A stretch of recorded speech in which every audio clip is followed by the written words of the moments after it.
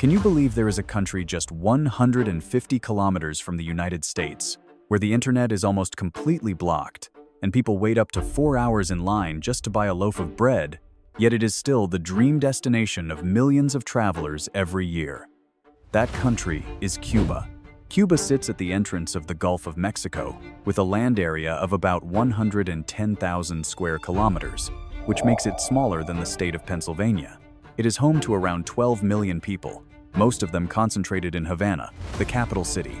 Compared to Europe, Cuba is only the size of a small corner, but its history and politics have made it one of the most talked about nations in the world.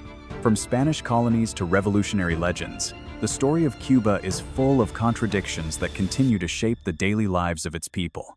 And that is what makes Cuba so fascinating, a land that is both charming and frustrating, beautiful yet broken.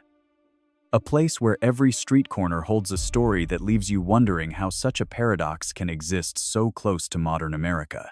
History and politics. From colony to revolution. Imagine an island that was once the prized jewel of Spain and later turned into a thorn in the side of the United States. That island is Cuba.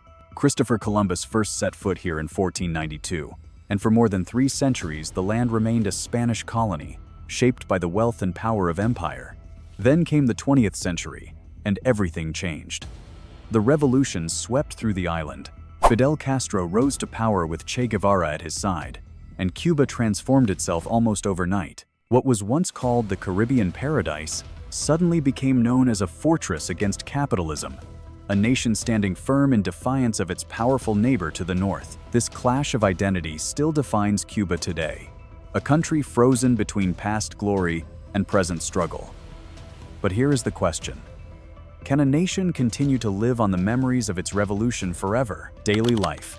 Waiting in line and ration cards. Have you ever complained about waiting 10 minutes at the supermarket? In Cuba, that would be a luxury. Here, people rely on ration cards to buy bread, meat, and milk. But fresh milk is almost impossible to find. Most families settle for powdered milk, and even that runs out faster than the lines can move. Waiting in line has become part of the culture, stretching longer than a salsa song played on repeat. It is a daily rhythm that wears people down, yet they have no choice but to keep waiting. Picture a mother standing for hours under the hot sun, only to discover that the milk she needs for her child is gone. This is not just an inconvenience, it is a struggle for survival written into every meal. So the question is, how would you cope if your entire dinner depended on a small piece of paper handed out by the state? Economy and tourism, a paradise for bargaining. In Havana, a 5-minute taxi ride can cost you $50, unless you know how to bargain. At the airport, drivers may ask for $40 to $50, but with a little persistence you can bring it down to $7 or $8. Even the famous vintage cars that tourists love to ride in come with negotiable prices, usually around $20 to $25 per hour. In Cuba, bargaining is not just a skill, it is a survival tool. Every transaction is a game where the first price is rarely the real one. To locals, tourists often look less like guests and more like walking ATMs, full of easy cash waiting to be taken. So the real challenge is this: would you be ready to face a society where every handshake, every smile, and every offer might be the start of another negotiation? Currency and the black market.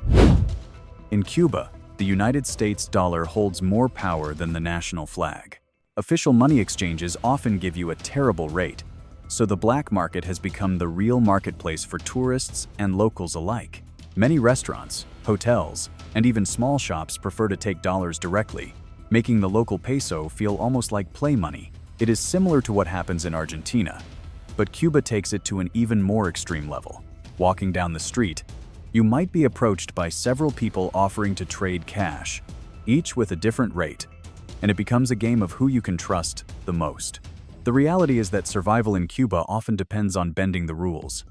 So ask yourself this: would you risk exchanging money with a stranger on the street just to make sure you can afford a proper meal? Internet and technology. Try to imagine a single day without Facebook. In Cuba, that is not just a day, it is a way of life. Internet access is limited, connections are slow, and many popular websites are blocked by the government. For most Cubans, owning a smartphone is still a luxury, and going online freely is almost impossible. Even as a traveler, things are far from easy. You can buy a local SIM card at a high price. But after connecting, you quickly discover that many of the sites you use every day are simply out of reach. The internet feels less like a window to the world and more like a locked door. So the question becomes, if you traveled to a country where staying offline was the norm, would you enjoy the freedom of being unplugged? Or would it drive you crazy?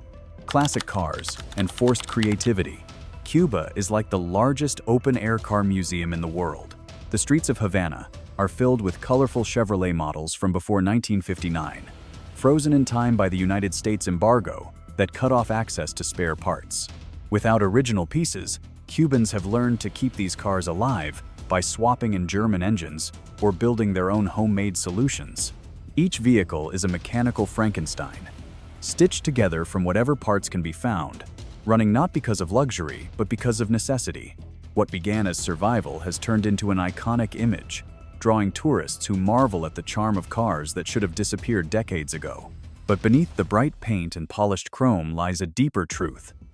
Do you see these cars as a romantic symbol of Cuba's resilience, or as a reminder of the shortages that still define everyday life on the island?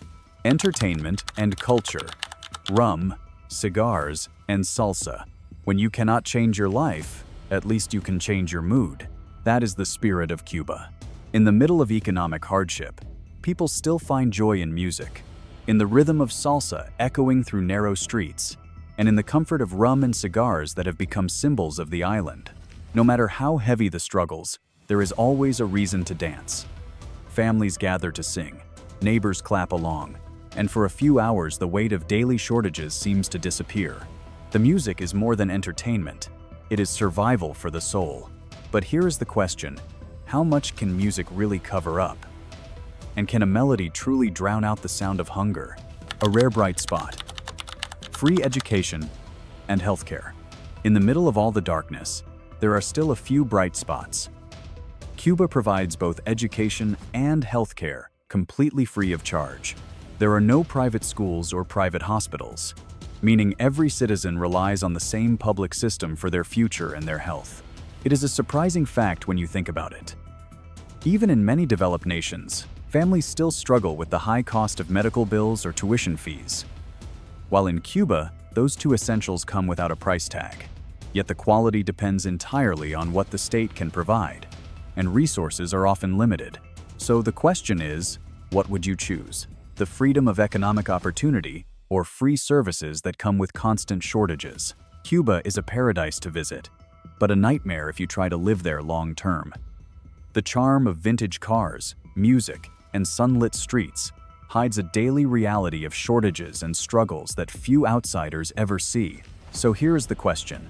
If you had the chance, would you choose to explore Cuba for just a few days? Or would you dare to live there for a whole year?